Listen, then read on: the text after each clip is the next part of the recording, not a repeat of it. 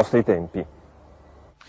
La Catalogna chiede scusa all'Italia dopo le accuse sul caso Squarise, la ragazza uccisa a Lloret de Mar. La Farnesina aveva risposto con una dura nota diplomatica alle critiche mosse dal governo catalano ai media italiani. Sentiamo Laura Mambelli e poi Sergio Paini.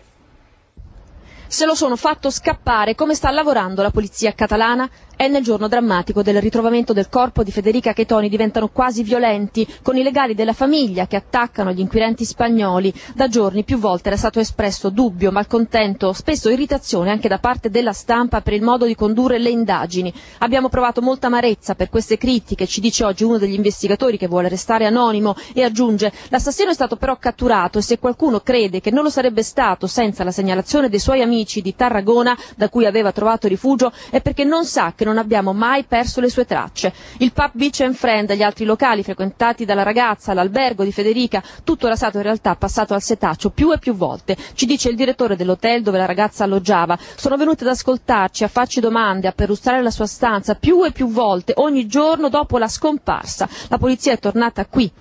Il punto è che, come aveva detto dall'Italia il capo della polizia Manganelli, il non parlare con la stampa non significa non lavorare bene e i colleghi spagnoli, aveva aggiunto, stanno lavorando bene. Sì, ci ha detto un vicino di Victor, la polizia è stata qui anche prima del ritrovamento del corpo di Federica, lui invece in quei giorni non lo abbiamo visto, l'assassino si rifugiava quindi forse già altrove, non è vero che ha continuato a condurre normalmente la sua vita prima di fuggire da Lloret de Mar. Perché hanno preso il suo DNA e l'hanno poi lasciato andare dopo il primo interrogatorio? Altra domanda a cui noi non abbiamo una risposta. È un fatto che il capo dei Mossos d'Esquadra, diverse ore prima dell'arresto a Tarragona, già confidava: il cerchio si sta chiudendo. Ho chiamato il console italiano per chiedere scusa.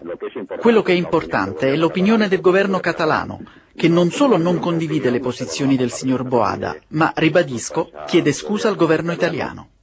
Il caso è chiuso, grazie a scuse pubbliche, ufficiali e tempestive.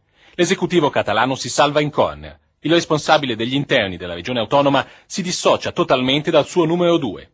Ieri Joan Boada aveva criticato i mezzi di comunicazione italiani. A suo parere, nei giorni scorsi avrebbero strumentalizzato l'informazione, attaccando la polizia catalana ed esasperando il caso di Federica Squarise, uccisa a Lloret de Mar.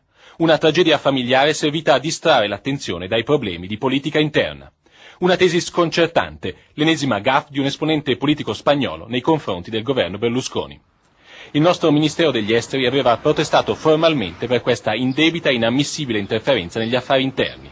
L'ambasciatore italiano a Madrid, Pasquale Terracciano, aveva parlato subito di accuse inaccettabili e fantasiose. Abbiamo fatto bene a chiederle subito perché così abbiamo fatto emergere la totale estraneità dell'amministrazione catalana rispetto alle esternazioni di un singolo funzionario che è stato ripreso e smentito dal suo assessore. È importante che il Parlamento